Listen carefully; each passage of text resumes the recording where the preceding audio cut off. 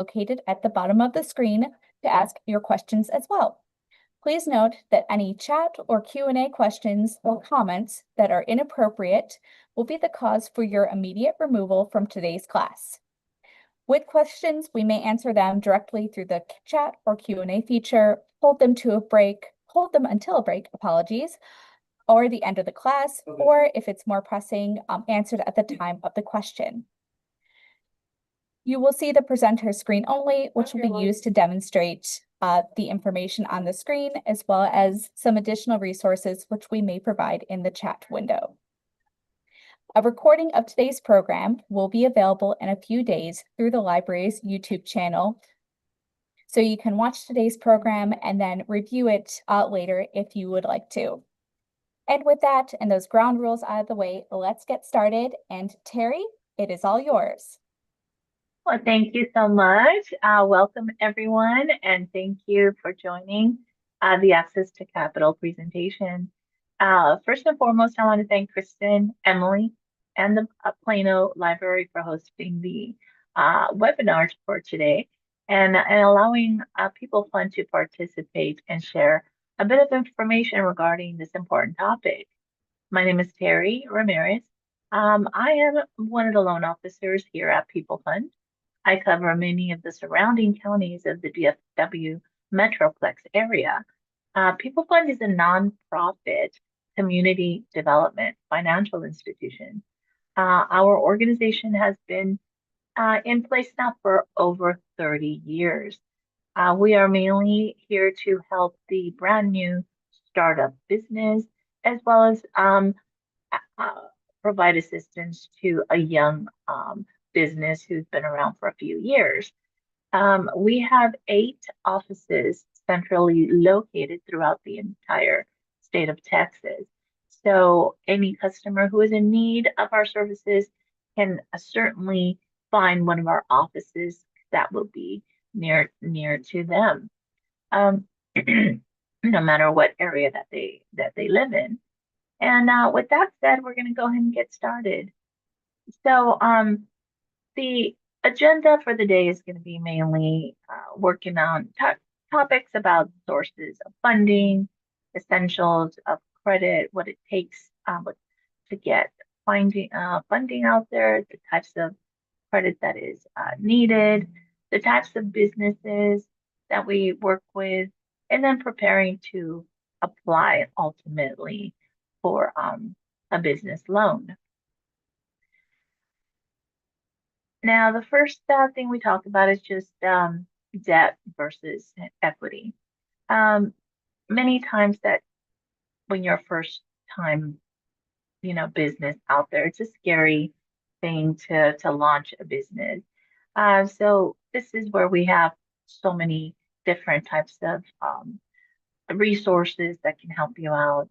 Some of the types of debt that you see out there are like bank loans, allows you to maintain ownership and control. These types of things require repayment, of course, with interest. And then they're generally considered, the cheapest way to grow your business. Some of the parts of the equity that are involved with these types of things would be, involves investors, money, exchange for partial ownership. Some of these equity things don't have to be paid back for the sake of the fact that you're using your own equity sometimes to acquire this. This means that you have shareholders, and this could be a huge benefit beyond money for the initial stages of these businesses. Then the next thing that we talk about is resources for accessing capital. Many brand new business owners are going to be very nervous about trying to go out there and get, a loan for their business, especially when you are growing and you don't have a whole lot of capital of your own. This is where some of these partners come into play to try to get you that stepping stone to launch your business and get it going. Some of these particular things would be your traditional that you all probably are familiar with, and these would be like your banks, the credit unions. There's also alternative financing out there, which I'll kind of touch a little bit in the next couple of slides. And then we also have community lenders, which is organizations like PeopleFund, where they are community financial development institutions. We also have resources through the Small Business Administration. And then we go on to talk about bootstrapping. Maybe someone doesn't have the ability to be able to get a loan, a traditional business loan. So sometimes they opt into possibly getting credit cards to start out with. Some people will go ahead and use, lines of credit. And then, of course, many business owners out there, when they have no other resource to get a business loan, they will kind of dip into their own home equity, um, sometimes to get that funding that they really desperately need to get that business launched and off the ground. Now, again, traditional banking institutions are going to be like, your Chase, your Wells Fargo's type of things.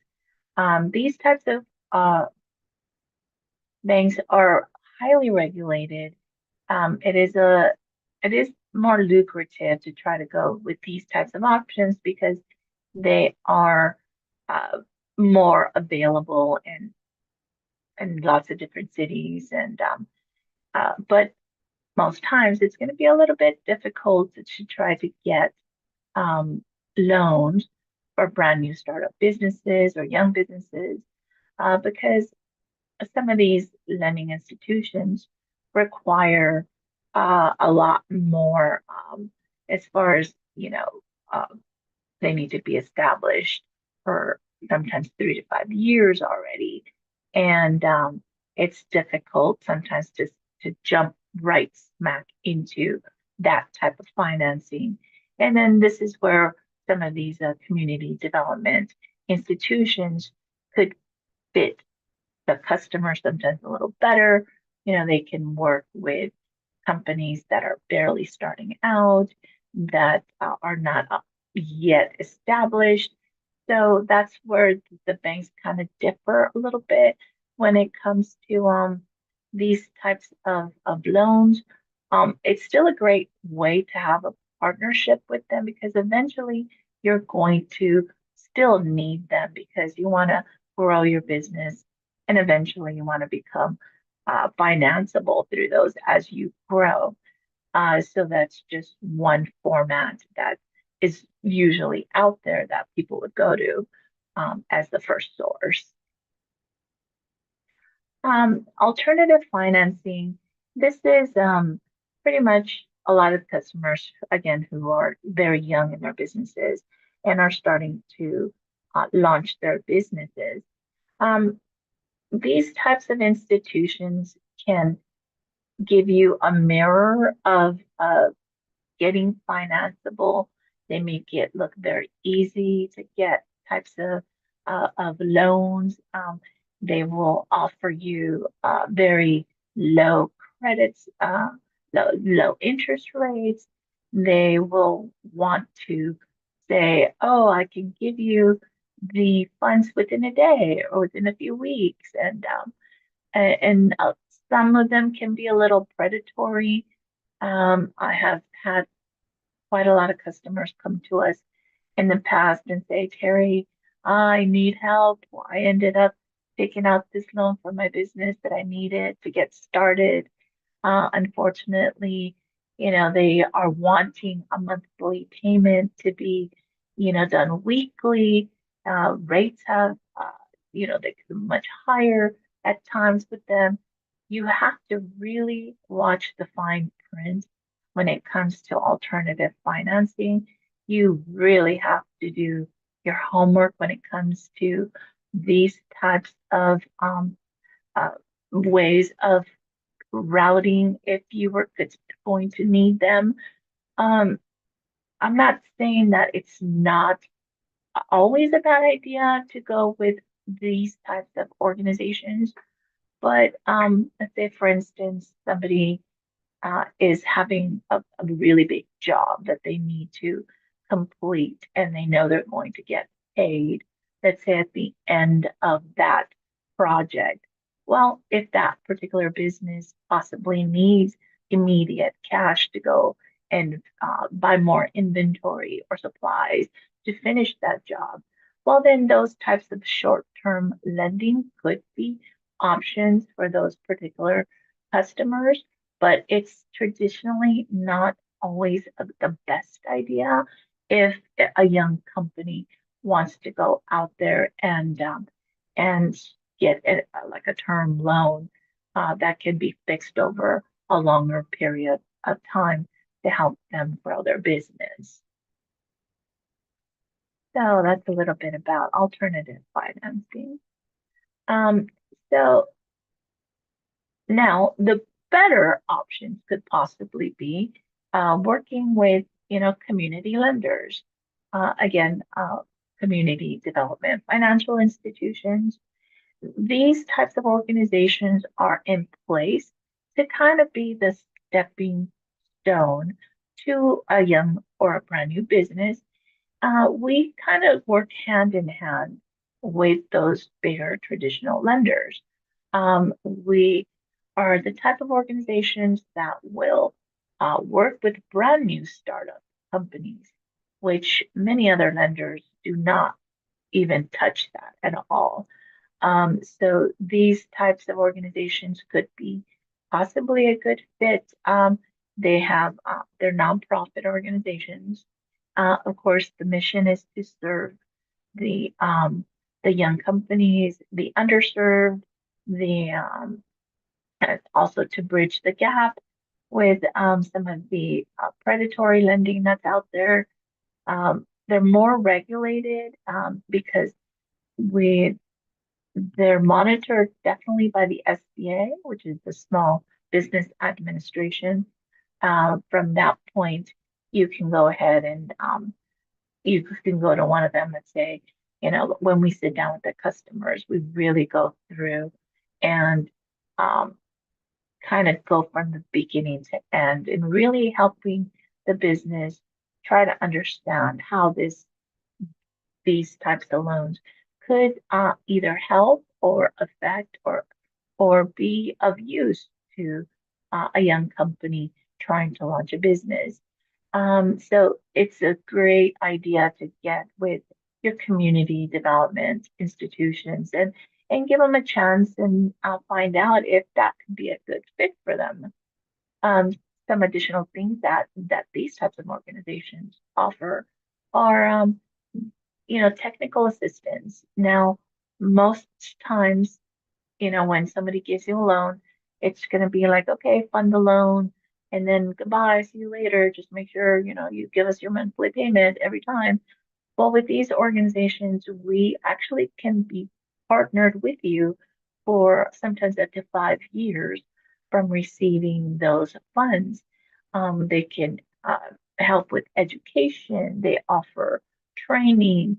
They can keep you up to date of any types of grants that may become available and uh, low contribution where other um, traditional lenders may, or even predatory lenders may even just give you the loan and go on your merry way and we'll never see you again.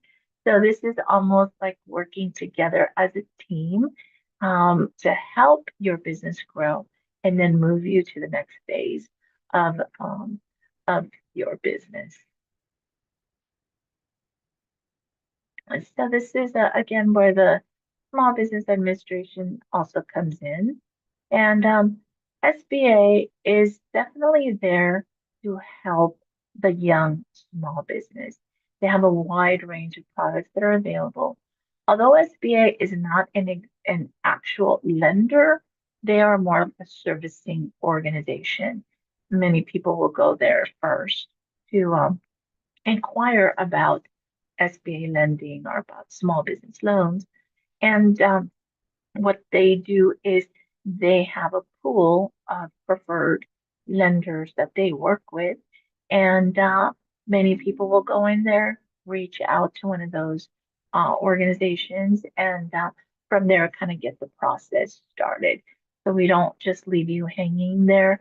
Um, we partner you up with lenders that, could possibly fit what products and uh, you're maybe in need of to work with you and ultimately, find the best type of funding for your business. SBA, they guarantee a part of the loan. So, most CDFIs follow all of the SBA lending and policy lending guidelines. So we do get audited by them. So we want to make sure that the customer knows that we are there for you. You are working with reputable lending institutions out there. And uh, then they also work with, reduced collateral. Um, that is one of the things that can be also part of a um, process when you're applying for a loan. We Most companies will request collateral. It could be vehicles, it could be equipment, type of thing, and that sometimes can help strengthen the loan in trying to get qualified.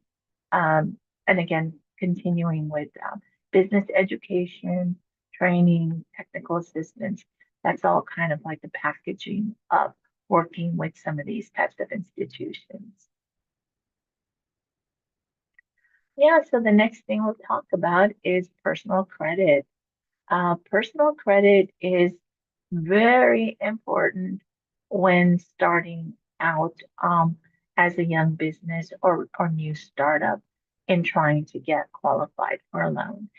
It works kind of like traditionally, just like any other type of loan you would want to go and apply for. At the end of the day, credit is still very important. Um, some organizations will pull from all three of those credit bureaus.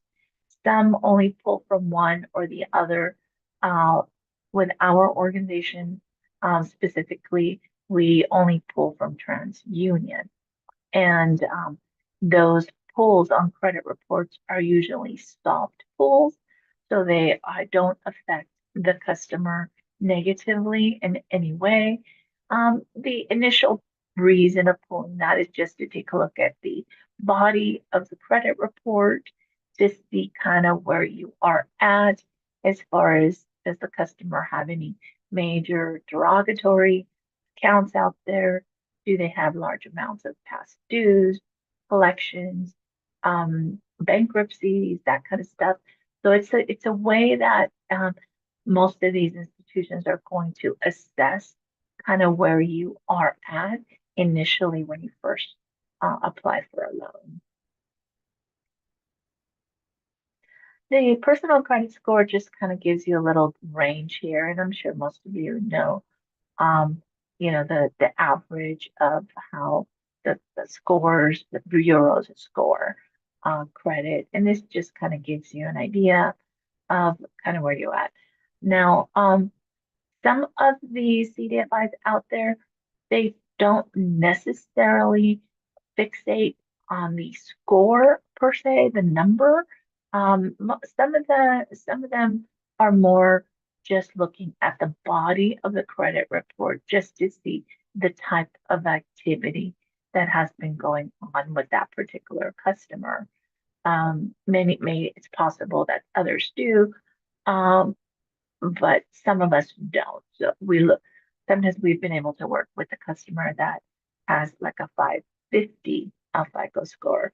But sometimes that could be, maybe they would have had uh, something happen. They lost a job 2 years ago, and they unfortunately they got behind on the credit. But then you could see that the person has come back and they are on some sort of repayment plan.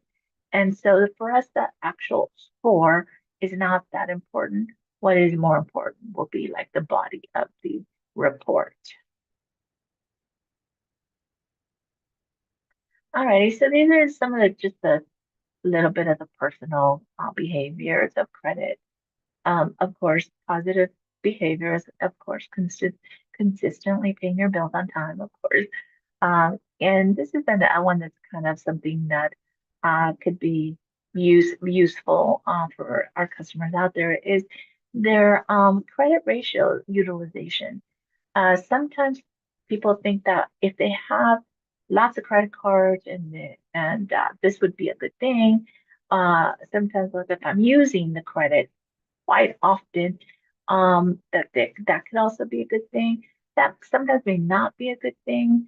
The rule of thumb that we usually can recommend to customers is to try to keep their utilization of their credit at 30% or below of the limits that they are given.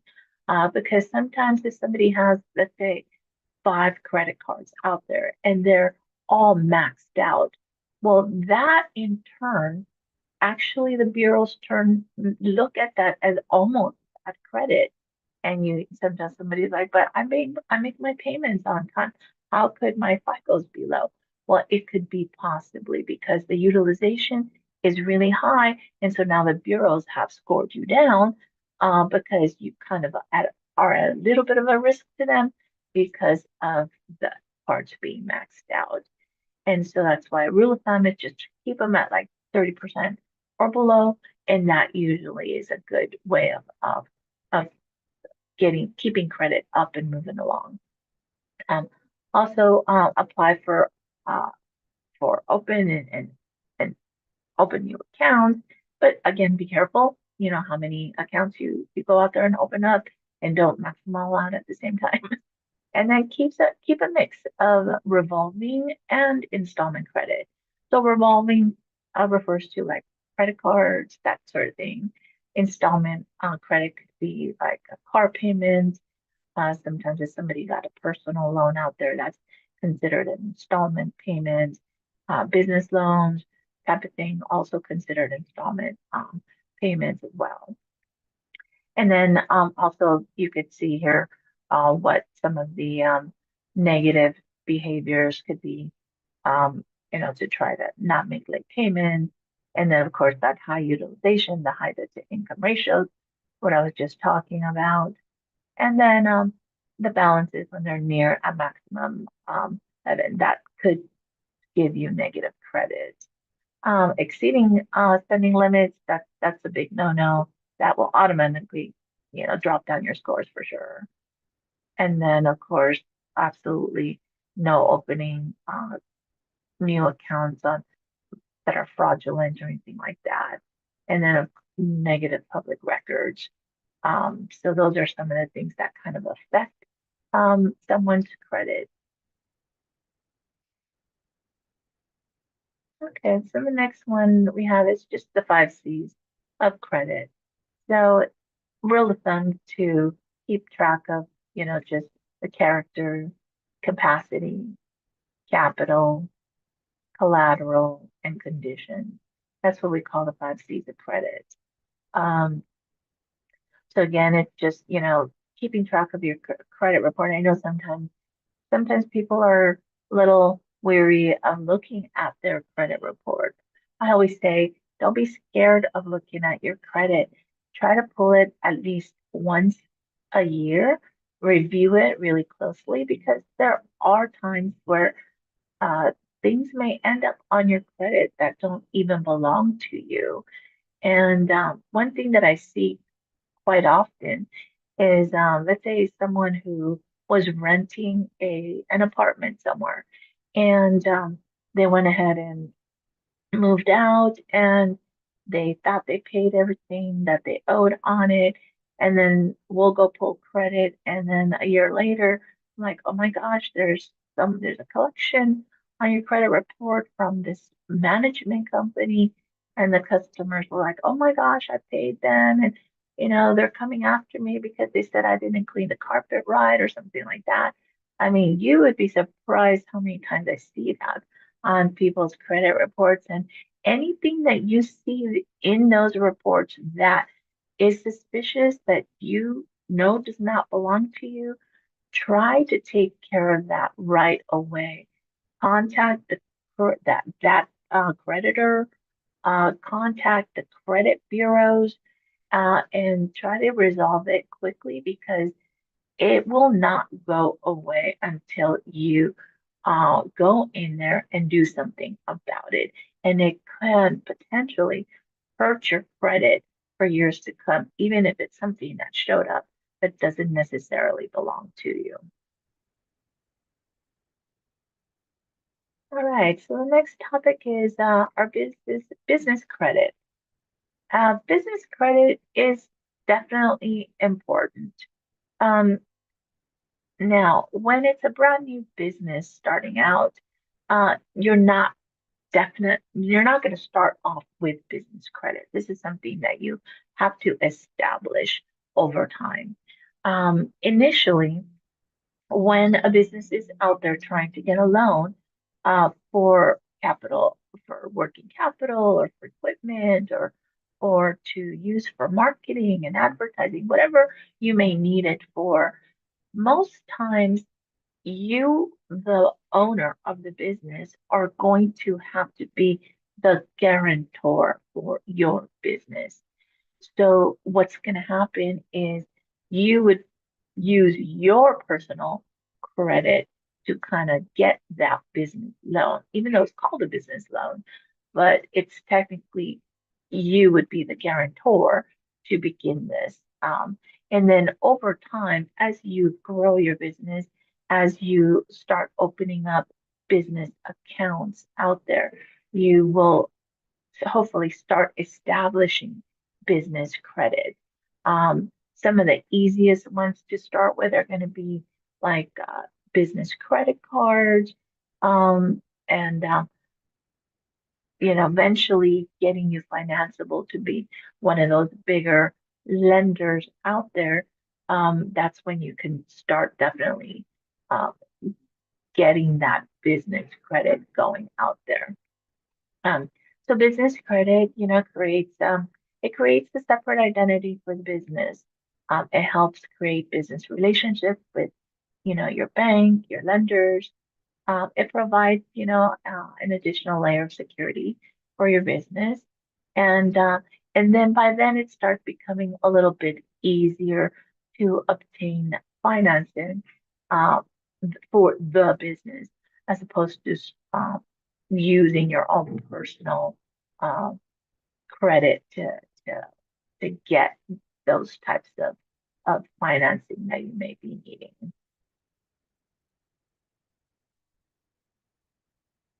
Okay, the types of business credit that are out there are going to be revolving lines of credit, um, or it could be like a form of a credit card.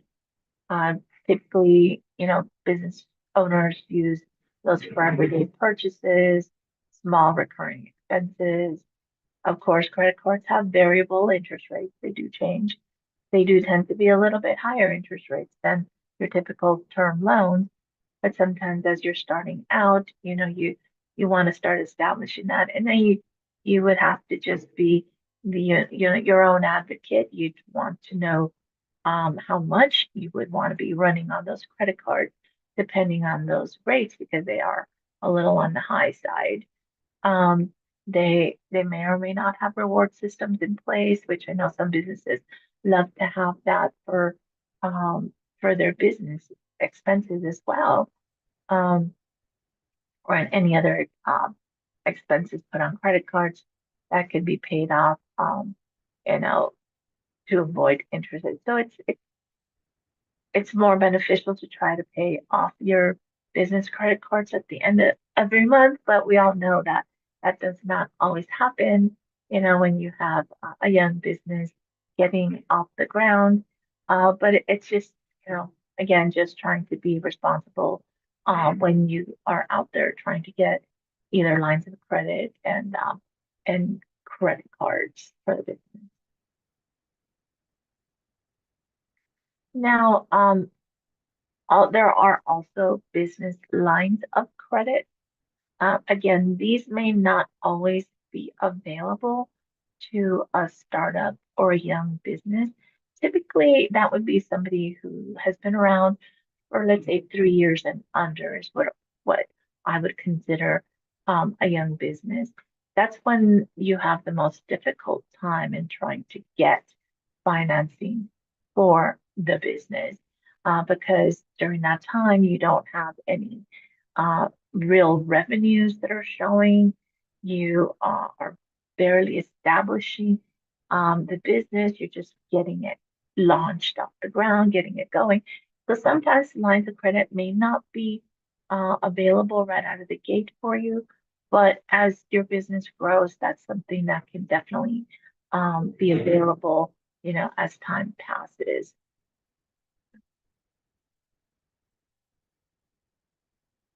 The next type of options that we have available is the business term loans. And this is where it probably would fit more for these younger businesses, because these types of term loans are definitely going to be a fixed dollar amount. It gets paid back over a set period of time. There are organizations that can offer them, let's say, uh, 5 years, some 7 years, some can go up to 10 years, depending on which CDFI you're working with. Um, Most times, these loans would be dispersed to you as lump sums. So, and most times you will have to have a business account open, because once a loan funds, those monies would be going directly into your business account. And from there, most lending institutions will draw the payment directly out of those business accounts. These types of term loans include both principal and interest in the payments, and they are fixed rates. And that is important because, interest rates go up and down all of the time. And depending on which organization you go with, sometimes they may have even discounted interest rates for, let's say, our veteran community. And they can range anywhere from 7 to 14%. At the end of the day, they're still sometimes better than going with um, credit cards or some of the other types of short-term lending, which those organizations tend to be have interest rates somewhere in the 20 to 27% interest rate, which is a much higher number. And then these types of term loans can be used for large purchases. For example, equipment, for your startup cost, for expansion. If the business is going to be needing, let's say it's a transportation company and they're going to be needing a semi truck and a trailer. Um, those can be part of a purchase with those types of funds. They can, let's say you're going to be leasing out a building to, sell your merchandise out of. Those funds can also be available for expansion or build out of that particular building for you to get it ready for your specific type of business. Other things you can use it for can be for marketing, advertising, to help pay salaries if you're going to be hiring some new employees. And there's quite a long list of what those funds can be allocated towards. And of course, it would just be working with your loan officer to determine what all specifics you would need those funds for, and then they can package the entire thing together for you. So then that way you can use those funds to the best of your ability and really to get that business launched and off the ground. Before you apply, um, there's a lot that goes into type of SBA lending, there's going to be quite a few things that you're going to have to get and gather. So, assess your cash flow needs. That is very important because many times customers will come to us and say, I need $100,000 loan, but it's just a number that they just thought of the top of their head. But then, you get started, and then throughout the process of compiling what all the details of those funds they're going to be used for, they say, oh, I forgot. I needed to have $10,000 extra because I needed to design a website and purchase the computers and software and all the stuff that you need. So you really have to sit down and kind of put your plan together, really become detailed about what everything you're going to need so then you can go ahead and have a better idea of what loan amount it is ultimately that you will end up applying for. Assess the activities, the structure, determine the mix of the capital that you're going to be needing, the timeline, how long is it going to take to really get this going, and how quickly will you need those funds? Um, and then putting together a plan of approach, a business plan, and then really detailing um, some of the things that you're gonna ask. I mean, you can meet with different organizations and ask them questions and what their protocol is, what are the requirements, pinpoints that you're going to be needing to kind of get going so you're better advised. Some of the key considerations to think about when you're thinking about borrowing a loan for your business is the terms. How many years is it going to take me to pay this off? Does it have prepayment penalties? What the interest rates are? Will they be fixed rates? Will they be variable rates? Also, many of these organizations require equity injection, meaning your skin in the game. And many customers don't know about this, but specifically with brand new startup companies, most organizations are going to require that you have anywhere between 10 to 30% of your own equity to inject into the business. Um, or some organizations, they're not going to use this um, uh, investment for anything at all. They just have to see that you have it available should you need to tap into some of your own funds specifically for the first year because businesses for the first year are, they're risky and so many things can go wrong. And the lenders want to see that you have something in your accounts to be able to, hold you above water for a little bit if you have to.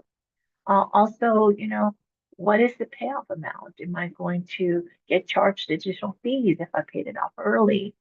Um, Depending on the type of business, some of them are going to require that you carry insurance for the business. And then, ask about additional financing. If it may be in 6 months to a year, you might need another loan. You can ask the organization, can I get another loan in the future if I still am paying on this one? Those are good questions to have because as your business grows, you may want to add another employee maybe in 6 months to a year. You never know. Or you want to buy more supplies or more inventory to continue, we're feeding the business. Also, do they have any types of modifications? Can you also, if you've already incurred business debt out there, when you're going to these other organizations, find out if they can, modify some of these loans, or can they do a an asset like reorganization of some of your other debt into one loan.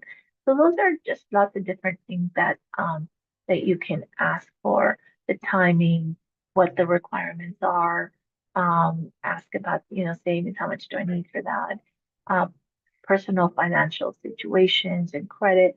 There's just quite a lot of information that you would want to gather right up front. And then preparing to access capital. What do you need to prepare to access capital? One of the key things with community development institutions is this. It is super important to get with a local um, for office, SBDC office in your cities or general areas and find out how to prepare a professional business plan if you don't already have one. Many times, these organizations like SCORE and SBDC are there to provide free business mentoring and coaching. They offer, I mean, an array of different free marketing information. They have expert webinars. They have how-to guides, downloadable templates for planning and tools, and they offer business training. So, I mean, whether you're launching a new product or managing social media, refining, or if you want to refine your business brand, these organizations are designed to help the small business uh, owner grow and succeed. So having a good partnership with those entities would be an amazing thing because any type of, and I apologize because my office is right next to the train track and you hear a very loud train coming through. Um, so it is very important to definitely work with these organizations that will help you in preparing those business plans. Another thing that is also required with SBA type style lending is financial projections or forecasting. Anytime that we do a loan for a customer, we are going to be asking for a business plan and financial projections. Most times, we ask for the customer to have those projections 3 to 5 years out because we kind of want to take a look at the business. We want to see what you're forecasting in the business, how you're going to run your business, what are you projecting in the future as far as sales and revenues. And that is actually very important for the lenders because we want to be comfortable in loaning the funds out to companies who can actually repay that loan back. This is touching just a little bit more about that equity injection that I was talking to you about earlier. Again, yeah, anywhere between 10 and 30% of the total project cost. Um, Now, of course, for startup businesses, it's going to be required. Now, someone who has been already an existing business, let's say someone over 2 years, with some of these institutions, there you no longer have to show an equity injection. And the reason being is because anything after 2 years, you're almost considered an existing business. And so at that time, what you're going to get qualified on is going to be the revenues from your business. That's when you start moving into the more business numbers, not necessarily your personal type of income that you would have been required of you when you first started the business and your first loan that you ended up receiving. So this equity injection is mainly for startup businesses. not for existing businesses. Um, Personal documentation. So again, at the very beginning of the early stages of a business, it's going to be you, the owner of the business, you're going to be the one that's going to be guaranteeing that loan initially. They're going to be looking, to capture all of this personal information, your driver's license, a borrower information form, which most CDFIs will ask for, personal financial statements. Those are documents where you're going to have to put all your personal debt in there, your assets, your expenses, and your income. And those forms are kind of what we use initially to kind of start working on what we call financial reviews of some of the documents. They're going to ask you for your tax returns. They're going to ask you for personal paycheck stubs or any type of benefit letter customer gets. So that's kind of how we qualify. It looks kind of traditional because it is. Ultimately, it's the personal information that we use to find out if that person will qualify for that loan. And Perry, we did have a couple questions if you're able to answer those. Oh, sure, sure. Yeah, so the first question is, can a patent be considered a source of equity injection? No, no. The equity injection has to be liquid monies sitting in the person's personal checking or savings account. It can even come from like a 401k, but then the monies would have to be moved over from the 401k to turn liquid into a personal checking or savings account. Thank you. And then the next question is, can a passport be used instead of a driver's license? Hmm. Now, in the past, I think so. I think so. As long as the passport shows, the person's address and we can confirm the person's address with other documentation and it matches, it's a possibility that we can definitely use a passport uh, as a driver's license. And nowadays, I just want to disclose this part of it. Lately, the SBA has changed a little bit of their um, documentation that they ask for. So now, on top of either the driver's license or the passport, they're also wanting to see the person's uh, social security card if it's available. And the reason being that is because there's been so much fraud out there.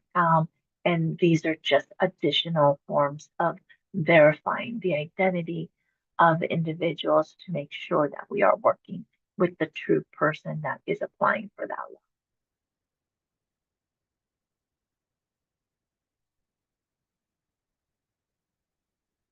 Thank you very much. Those are the only questions we've received so far. Okay, perfect. All right. So yeah, uh, other type of documentation that would also be required. Of course, we touched on this a little bit ago. Business plan definitely is very important. Financial projections, as I mentioned, copy of the government documents. So this means your LLC that you filed with the Secretary of State, your EIN letter, meaning your tax ID. Now, if the business is not an LLC, it's okay. Let's say, for instance, the person was a sole proprietor, like let's say with me, Terry Ramirez, doing business as, and then my business name. That can also be acceptable. The person applying for a business loan does not have to have an LLC. but we can work with a DBA as well. And then if the person has collateral to offer on some of these loans, we there's always going to be a form called a collateral sheet, and the person would list whatever collateral they have um, now there's times when people don't have collateral. So some of those forms, the person would just write in none and then just sign and date it, submit it that way. And then proof of their equity injection. Yeah, proof that you have that either 10 to 30%, depending on each organization. Not everyone requests the same thing, the same amount. Um, Business financial statements. Now, these are just if the business has already been established business and they're going to be using the revenues from the business to qualify for that new loan is when the business financials would come into play. For a brand new startup business, obviously this would not apply because they don't have any of that information just yet. Same thing goes, business tax returns would be for an existing business. Lease agreements, if you're looking to get a new building and you're going to move your business there, we would definitely need a copy of the lease agreement. Um, Detailed breakdown of the use of funds. This is where you would write in what categories of what you're wanting to borrow those funds for. Verification of the loan proceeds.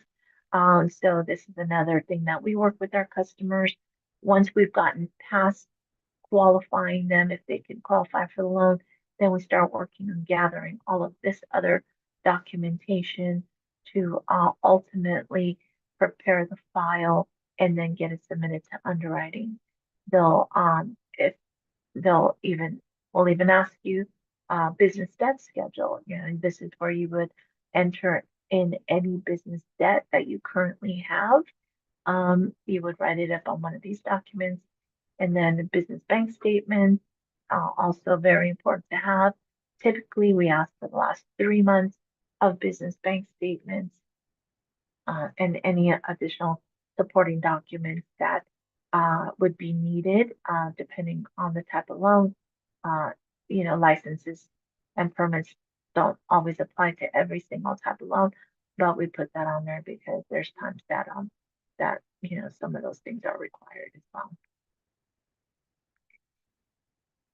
Alrighty, guys. So that's kind of it. Hopefully, this has been informative for you. I know it's a lot to kind of absorb in a short period of time, and but we're here to answer any questions that you may have, and maybe to elaborate on a couple of the topics if there's anything else that I might have missed. And then my information will also be on the last slide in the event that you guys have to contact me for any reason to clarify any specific slide or anything that I could have missed.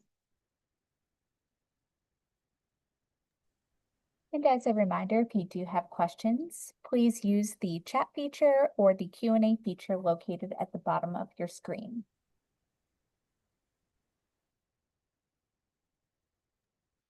All right, so I do see one question that's come in, and that is, do you do microloans? Is there a minimum loan amount that you offer?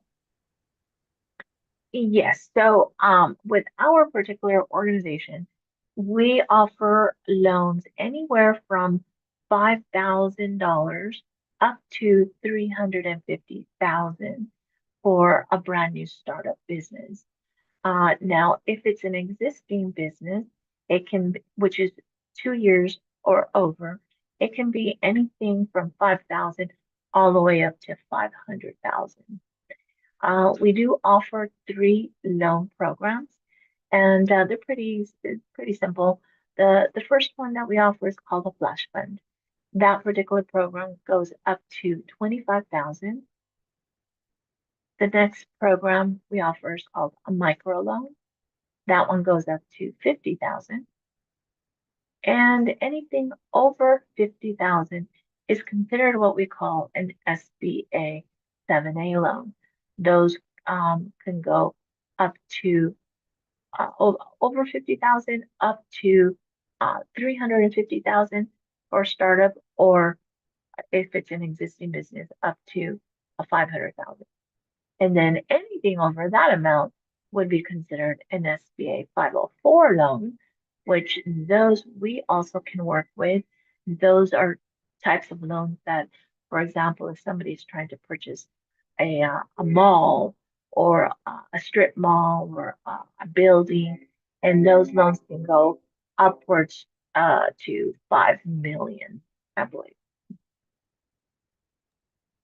Thank you. And there are a couple other questions. The first is the equity injection actually used or just kept as a guarantee? Yes, so the equity injection is not used by our organization for any reason at all. We just have to see that you have it sitting in a checking or a savings account in the event you should need it specifically in that first year of business. So we don't do anything with it. We just have to see that you have it available. Thank you. And the next question is, how do your interest rates compare to a traditional bank? Yes, so again, CDFIs are more of a stepping stone to eventually get you financeable by some of those bigger lenders out there. Now, I don't know specifically what the rates are with traditional lenders for business loans. I can speak solely on what we offer, and our loans range anywhere from 7% up to 14.99%. And and and I say the range because some of our products are the rates are offered a little bit differently. So let's say, for example, the micro loan, the one that caps out at 50,000. Right now, that particular interest rate, um, it for a brand new startup is available at 11%. But those are monies that we get through grants through the SBA pools. So they are available on a first come first serve basis.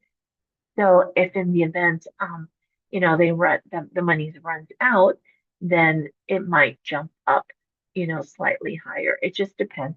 The Fed really is the one that sets the rates for most of these programs. Um, the program that will have the higher interest rates are going to be like the uh, SBA 7A loans, which are the ones that are a little bit higher loan amounts. But the max that we go is 14.99%. Right now, we don't go anything above that. And typically, for a brand new startup business, that's actually amazing because most, first of all, most lenders don't work with startup businesses, and we do take that risk to work with them. And and if they are going, someone else is out there going to give you a loan, most likely those loans are going to be much higher interest rates. Probably in the 18 to 25%. So we do try to keep our loans competitive enough to, be available for those young companies and the brand new startup businesses.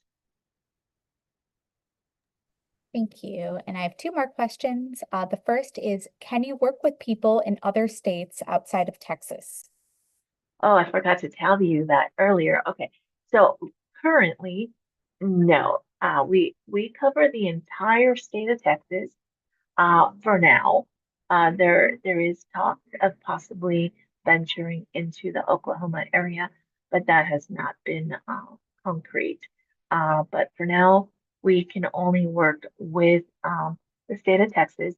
And if somebody is wanting to acquire loans from PeopleFund, the business has to be registered in Texas. So it's like someone who lives here and wants to start the business in another state. Unfortunately, we can't do that. The business has to be the LLC and the government documents have to be filed here in the state.